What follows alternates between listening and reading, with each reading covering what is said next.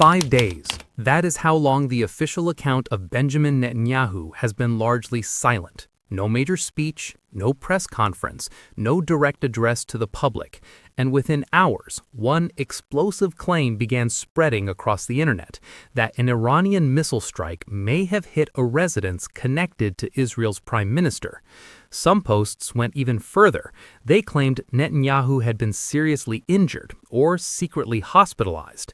If that were true, the consequences would be enormous, because the disappearance of the leader of a nuclear-armed state during a war could trigger one of the most dangerous escalations in the modern Middle East. So tonight we're going to separate three things: verified facts, unverified claims, and the critical details most viral posts are leaving out.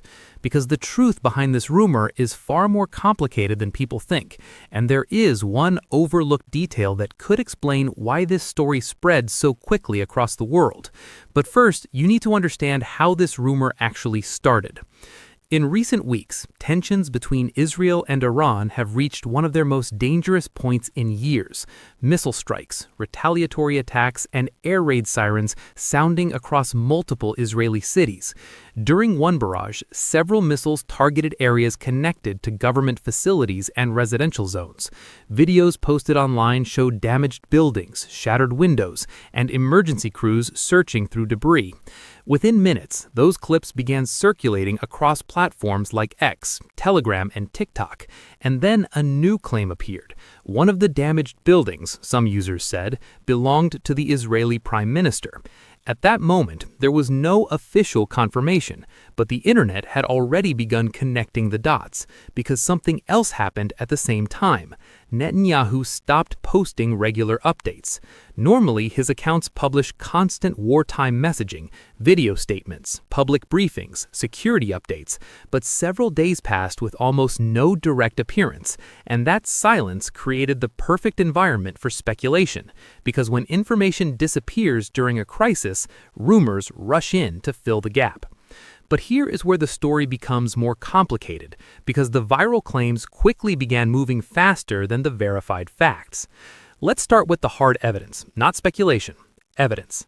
First, official reporting. Major international outlets reported missile damage in several Israeli cities during the Iranian barrages.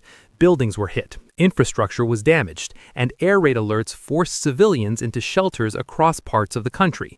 But those reports did not confirm any strike that killed or critically injured the prime minister.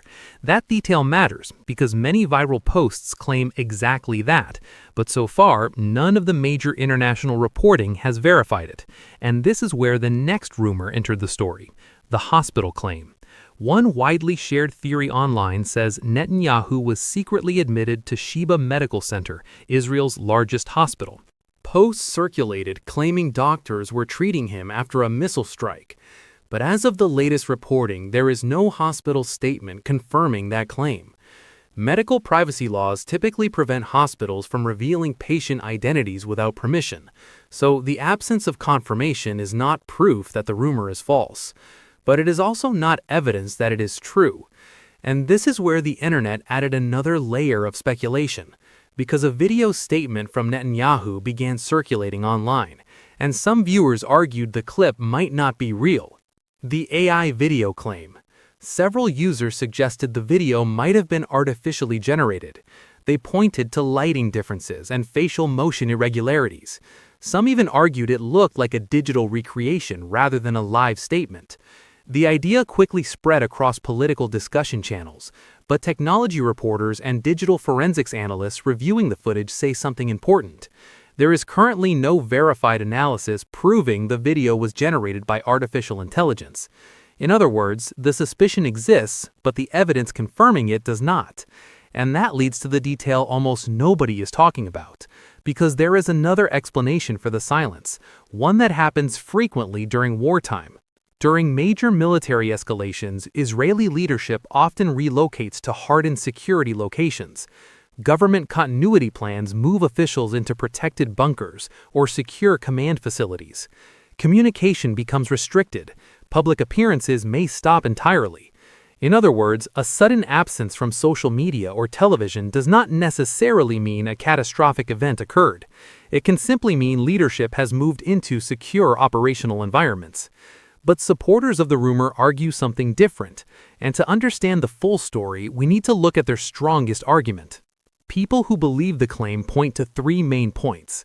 First, Netanyahu has not made multiple public appearances in several days.